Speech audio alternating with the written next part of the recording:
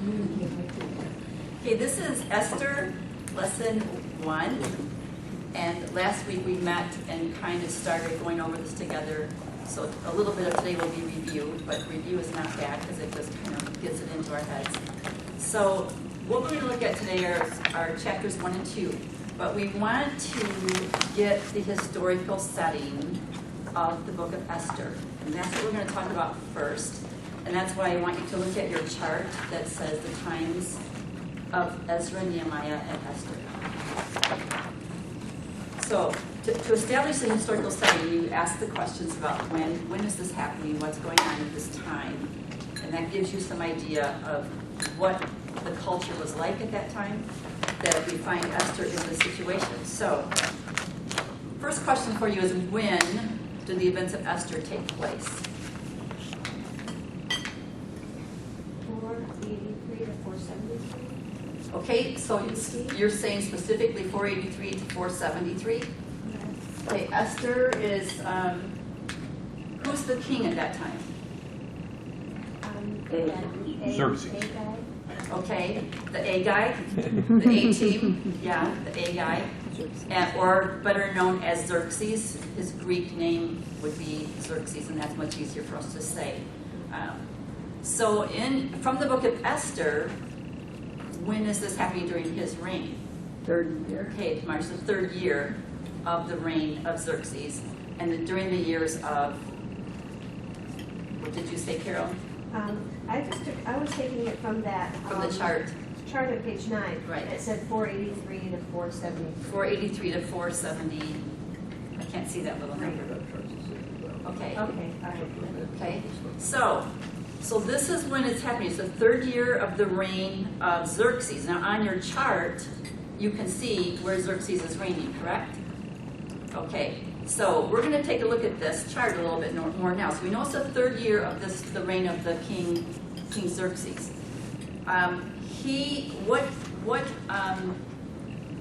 Who's ruling at that time? What country is ruling at that time? The Persia. Okay, it's Persia is ruling at that time. So we want to find out what main events happened in the history of Israel before we get to Esther, okay? Because that's going to help us understand the book of Esther. So looking at your chart, what main events have happened to the nation of Israel up to this point? Okay, you have the Babylonian exile. The Babylonian exile. Why were they exiled? You said, They were bad. They were bad. They were being disobedient for years. Idolatry, Okay. ignoring God, high places, All of that. all of that. All of that. And so they were exiled, and they were, who came in and took over? Okay. Nebuchadnezzar. Okay, this was during the time of Nebuchadnezzar. And this was the country of what? Who took over Israel? Who invaded them? Babylonian. Okay, Babylon. So what happened in that invasion? They took all the jewels and all the stuff from the temple. Okay, so in the invasion, so you have Israel, land of Israel, and they have been disobedient. So God sends Babylon to invade them. And in that invasion, they take all of People. right, Except the worst people. okay, Not yeah, the worst people mind, but they take the best people, and actually who went in that first siege? Daniel. Daniel was, because remember they took these strong, intelligent men first, and they wanted to enculturate them in their own country and use them. They also took, as Ron said, they took from the temple, what did they take? Treasures of the temple. All the treasures of the temple. And then what did they do to the temple? They They desecrated destroyed the it. temple. They destroyed the temple. Okay? So that temple in that invasion was destroyed. How long were they in captivity in Babylon? Okay, 70 years, 70 years. What else do we learn from this chart about what happened to the nation of Israel before the book of Ezra?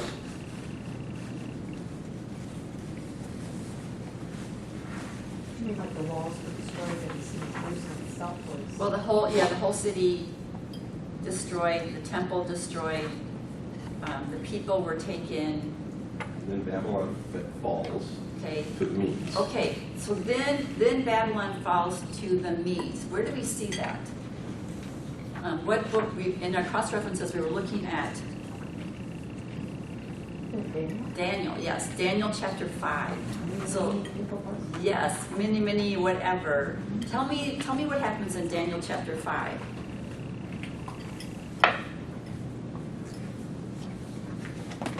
Darius the Mede took over the kingdom of Babylon.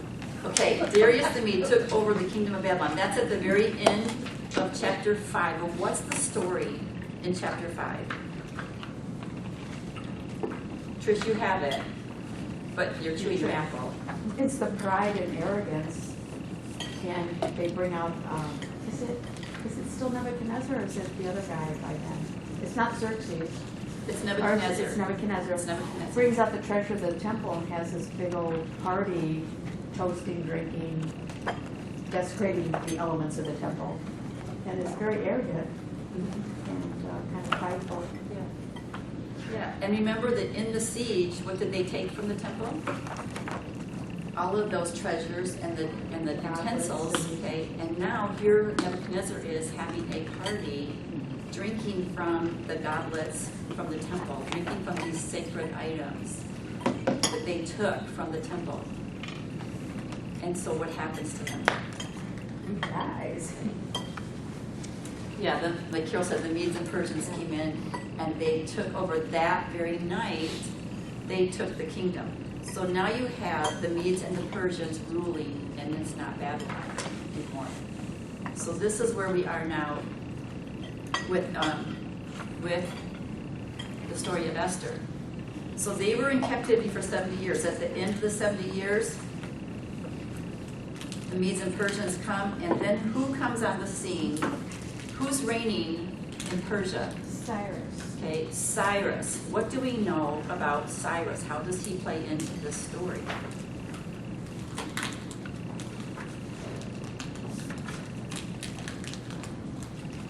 He released the Jews.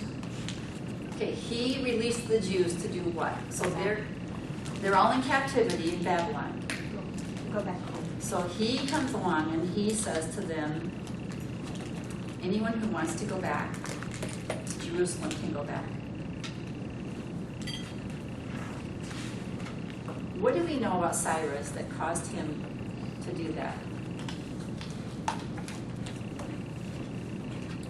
What did you see in Isaiah 44? Let's look at Isaiah 44.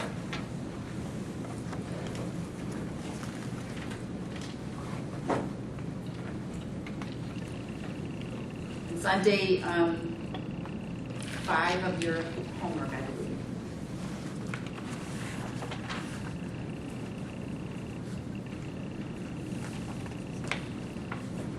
This is pretty cool stuff right here. Was predicted like 100 years in advance. Yes, this was predicted like 100 years before Cyrus was born. Before Cyrus was born, Isaiah predicts that Cyrus will come along and that he will be the one to release the Jews. So let's just look at Isaiah 44, and starting with 24. And it talks about, it says, "Thus says the Lord, your Redeemer, and the one who formed you from the womb. I, the Lord, am the maker of all things, stretching out the heavens by myself, and spreading out the earth all alone, causing the omens of boasters to fall, making fools out of diviners, causing wise men to draw back, and turning their knowledge into foolishness, confirming the word of his servant, and performing the purpose of his messengers. It is I who says of Jerusalem, she shall be inhabited, and the cities of Judah, they shall be built, and I will raise up her ruins again." So this is before the destruction. And God is saying, I will cause her to be built. I will raise up her ruins. And I will, it is I who says to the depth of the sea, be dried up, and I will make your rivers dry. It is I who says of Cyrus, here it is. It is I who says of Cyrus, he is my shepherd, and he will perform all my desire. And he declares of Jerusalem, she shall be built. And of the temple, your foundation will be laid. This is more than 100 years before Cyrus is born. Continuing in chapter 45, what do we learn about Cyrus there? What do we learn about God?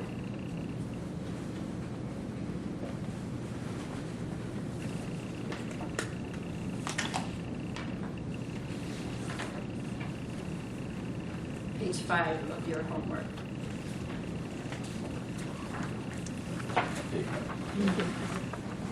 Is that right? Day 5, sorry. Thanks. Day 5.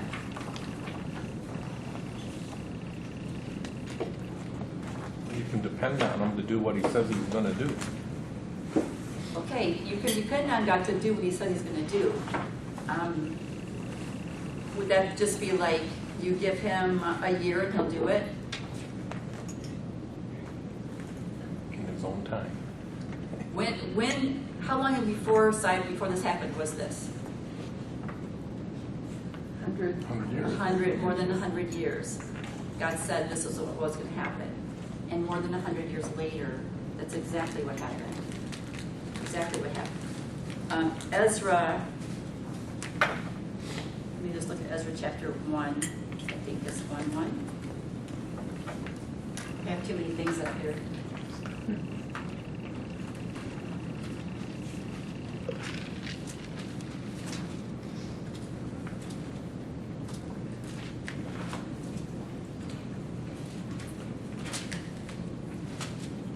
Okay, so Ezra 1:1, it says, now in the first year of Cyrus, king of Persia. Persia is the one who came and took the kingdom from Babylon, from Nebuchadnezzar.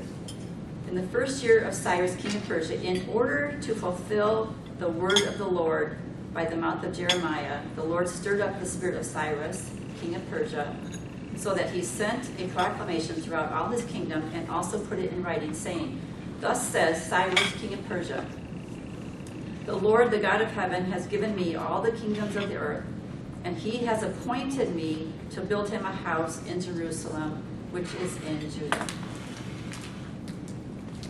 That's pretty cool. So there he is in the first year of his reign.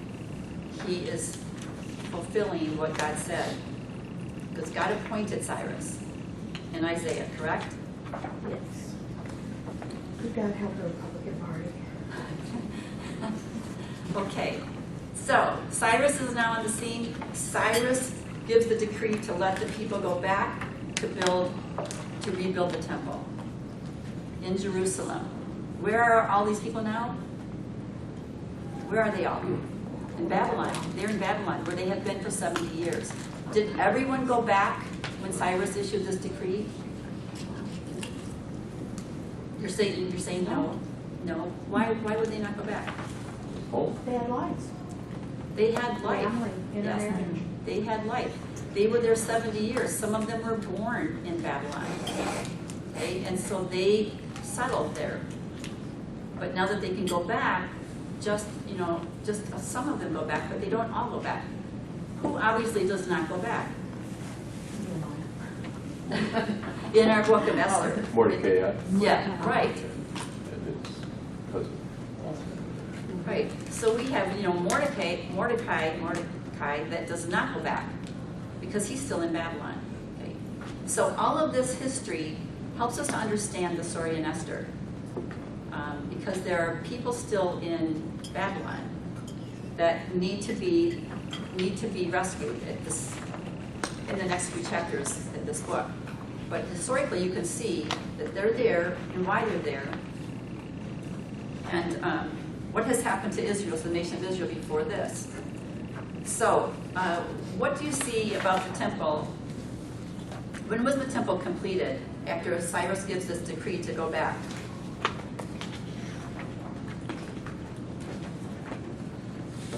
by 1600 Darius. Right? Okay, so it's completed. So Darius is now,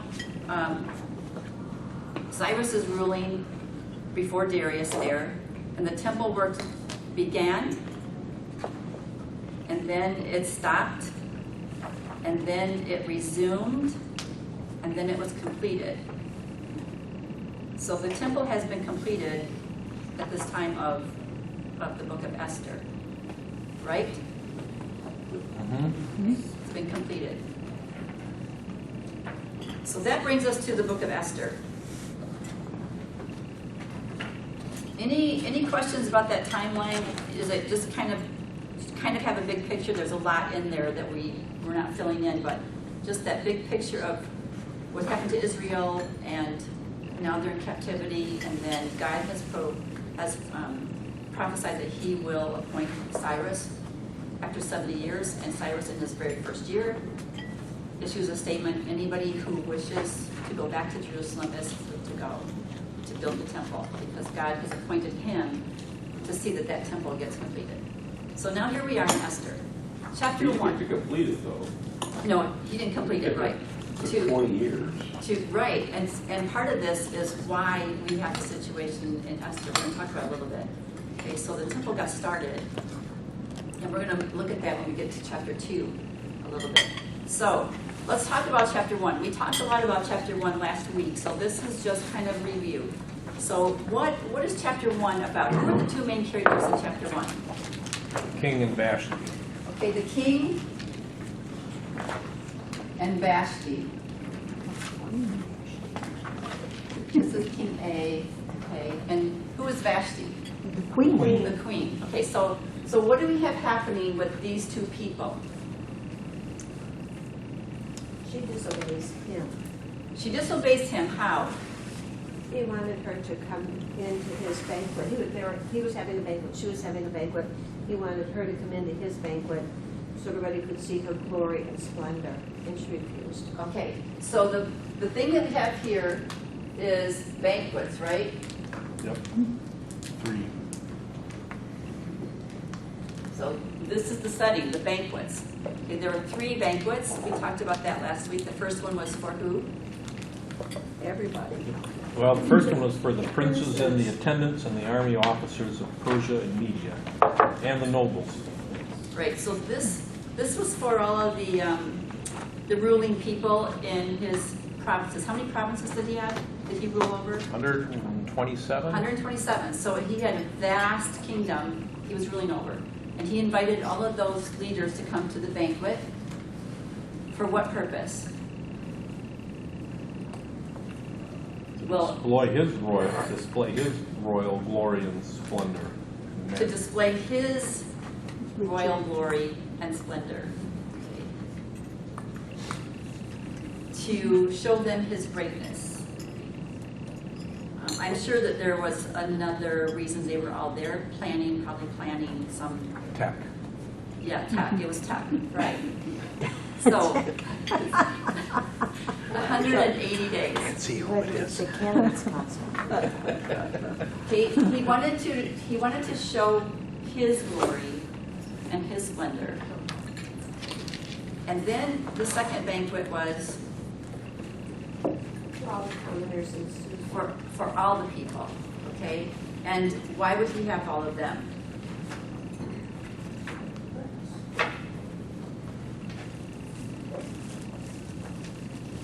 Again, what is he trying to show them, the people that? More of the same. More of the same. This was a shorter one, just 7 days, but yeah, just 7 days. Look at how great I am. Okay, but this is the king that you're serving. I want you to see that. Okay, this is the king that you're serving. Yes, and he wants to show off everything. To show off everything, and then Carol, that's where now at the same time of the second banquet. Ooh, nice catch. Second banquet. Vashti is having her own banquet for who? The women. The women. Home league.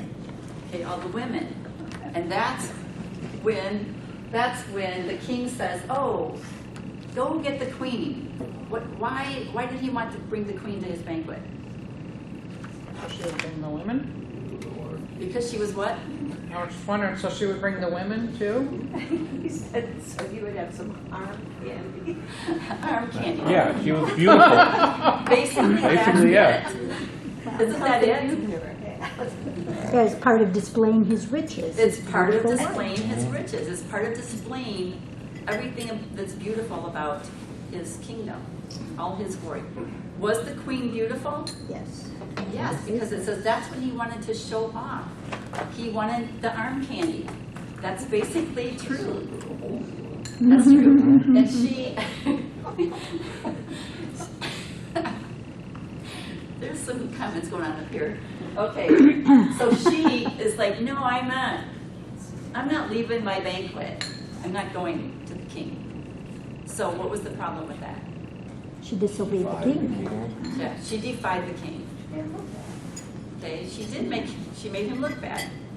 Okay, so she disobeyed a command of the king. That was her mistake. So you don't disobey the king. This king, as you can imagine, was used to getting everything that he wanted. So she disobeys the king at the banquet, and he can't show her off. So what happens next? He consults his cabinet, his wise men, and say, Get rid of it. what is the law? Yeah. Okay, so he consults the wise men, brings in the cabinet, talks to them. What's the law say? They would have known the law. What does the law say? So what do they recommend? Get rid of her. Yeah. Get rid of her. Depose her. Why? Why? So other ladies don't get the same idea. Yeah. So all the other ladies don't get the same idea. Okay? Because what would happen? What would happen if all the women in the kingdom did what Vashti did, if they followed her example? Would have started voting a lot earlier. They want their own paychecks.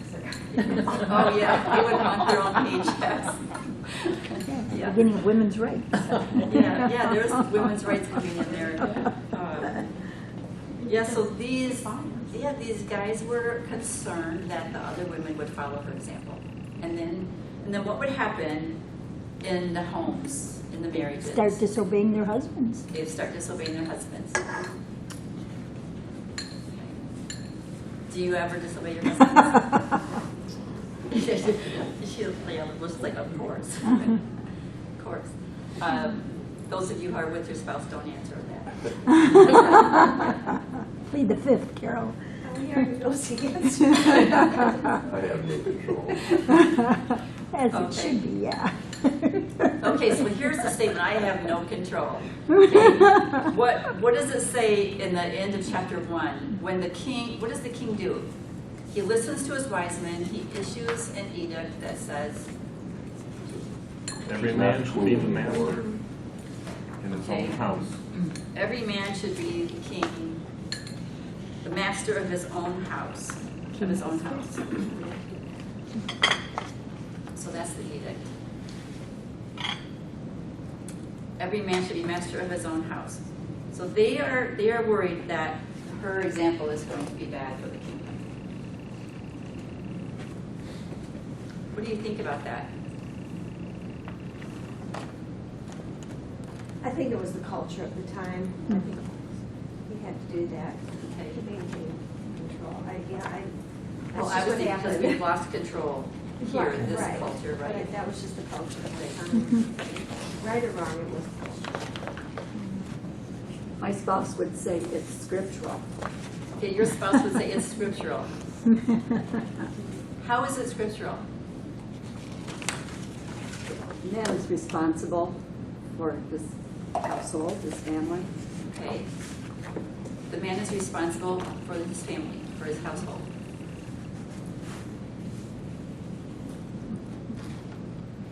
Any other comments about this?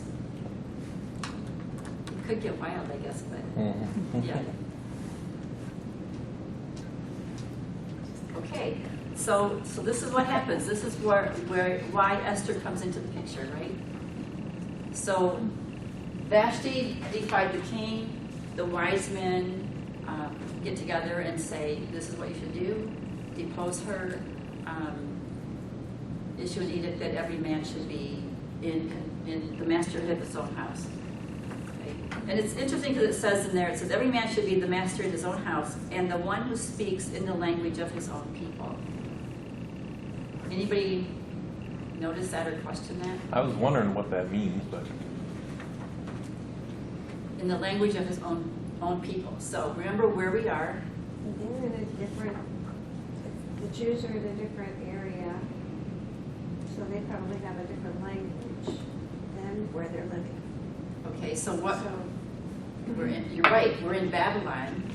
And how did they all get to Babylon? they were taken They captive. were taken captive. So you brought people from another country into Babylon. And probably people from other countries as well into Babylon. So there are different languages. And so it says that they should be the one who speaks in the language of his own people. Speaking in your own language would give you the authority. Give you the authority in your house, in your own culture, in your own language. So that's a little piece of that. But so now we go to It could be a chapter. problem if you think about it, a child that was born in Babylon, Okay. Yeah. raised there, may not have spoken Hebrew, may have lost that native tongue. Yeah. So it could have been a problem. Yeah, that's the thing. It's like they were there 70 years. So many of them would have been born in Babylon. And Second not- generation. Second generation. Not know their native tongue. But, yeah. So this is why it's important to understand the historical context. This is why we need to keep that in the big picture. Who are these people and where are they and how did they get there? And why is this, a problem? So now we go to chapter 2. Who are the main characters in chapter 2?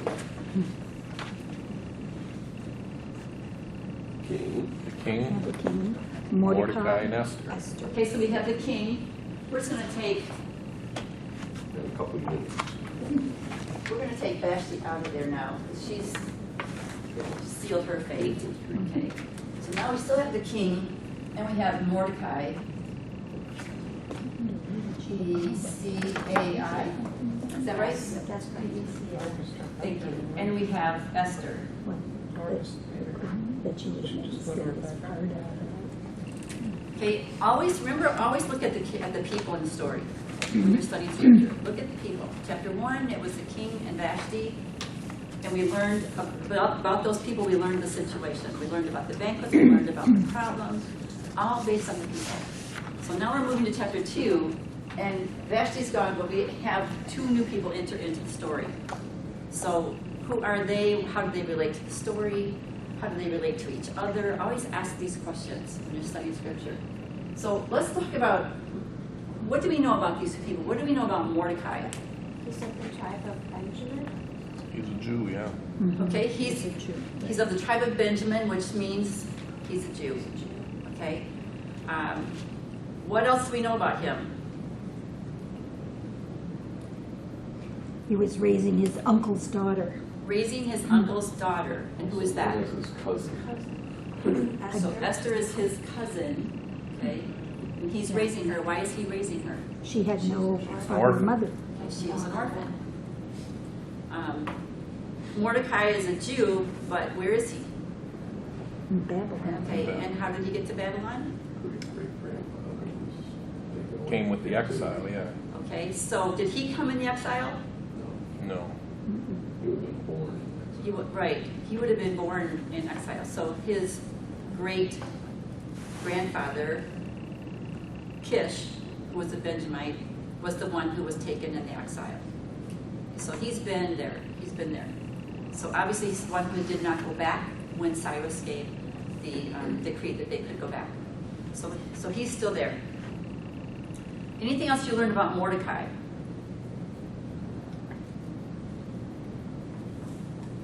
Just about who he is, what he's doing.